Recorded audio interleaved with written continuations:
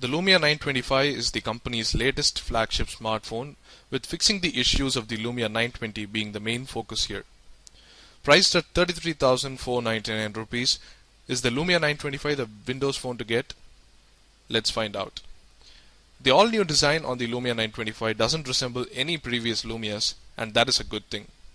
It is built with aluminium on the sides and matte polycarbonate on the back, and Nokia has made sure the device is sleek at 8.5 mm of thickness and just 139 grams of weight, a far cry from the Lumia 920.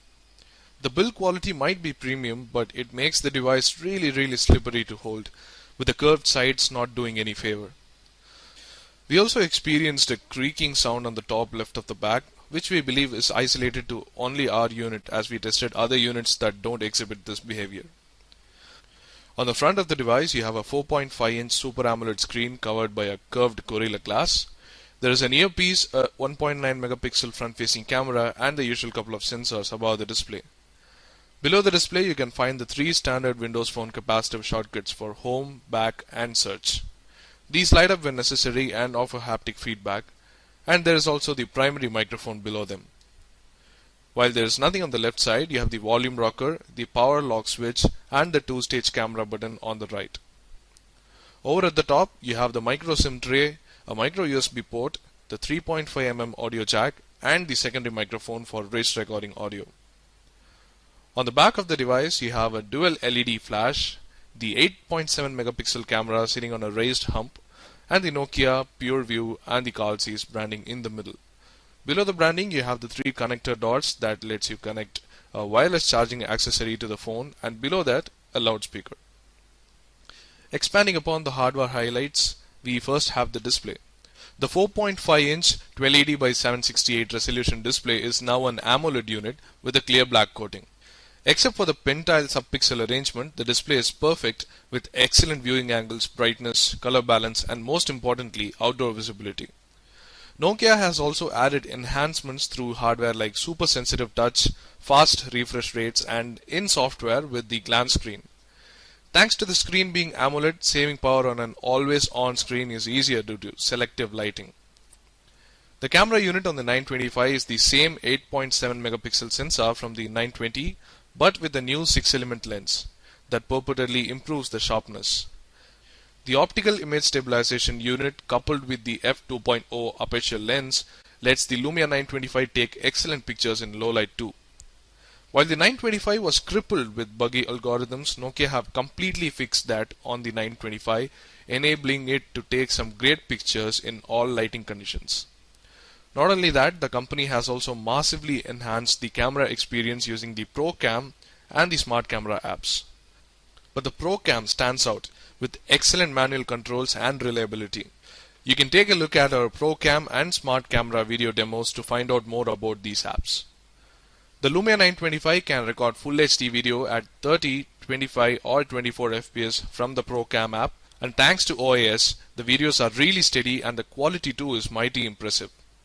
Audio recording through HAAC wide dynamic range mics helps you record high intensity audio without distortion. Suffice to say, it works great. Powering the internals is a Qualcomm Snapdragon MSM 8960 chipset with a 1.5 GHz dual-core processor and Adreno 225 for all the gaming needs. In real time, the OS performance exhibits no slowdown, but games might be a different story. Low resolution textures and slightly choppy frame rates were observed. While they also might be due to bad porting, the difference between this and other platforms is clearly visible. There is 1 GB of RAM, which is quite useful for the fast resume multitasking of Windows Phone, and the 16 GB of internal storage might be enough for some, but with the lack of a micro SD card slot, heavy media users may feel it lacking, especially for a top-end phone. Coming to software, the Lumia 925 runs on the latest version of Windows Phone, the GDR2 release with the Amber firmware update on top.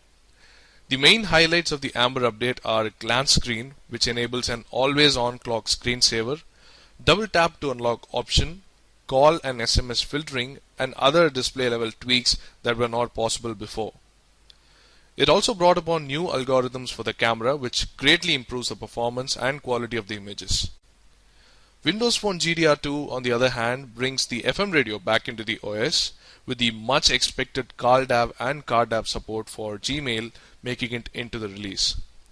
Also, DataSense, the data monitoring app, makes it to all devices with this release, and the Lumia 925 is no exception. These few changes aside, the Windows Phone 8 platform remains almost the same, still lacking behind Android and iOS in terms of features and app support. While the situation is rapidly improving with exclusive apps and games, for example the IRCTC app in India, it is still not enough to reach app parity with other platforms, let alone feature parity. But that hasn't stopped Nokia from enhancing the experience with various exclusive apps like the camera-centric Cinemagraph, Creative Studio, YouTube Uploader, Video Editor, and so on. There is also the great location and navigation apps from here, which work great even in India. All said, Nokia has added extra value to Windows Phone with their apps. The Lumia 925 also has the standard 2000 mAh battery that you can see on most Lumias, with the performance being too very similar. You get nearly 1 day of battery life with average use, but stressing it under heavy loads cripples it to barely 4 to 5 hours of usage. Heavy users might not feel satisfied, but we think it is adequate enough for most users. In the end, the Lumia 925 feels like the best Windows Phone device yet.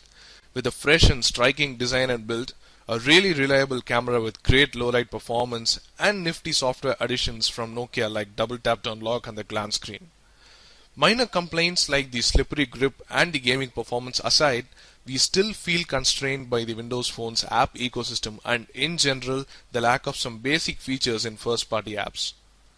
But if you are a first-time smartphone user looking at making the jump to a flagship, or a seasoned Windows Phone user, then this is the Windows Phone to get. Summarizing again, here are the list of pros and cons of this device.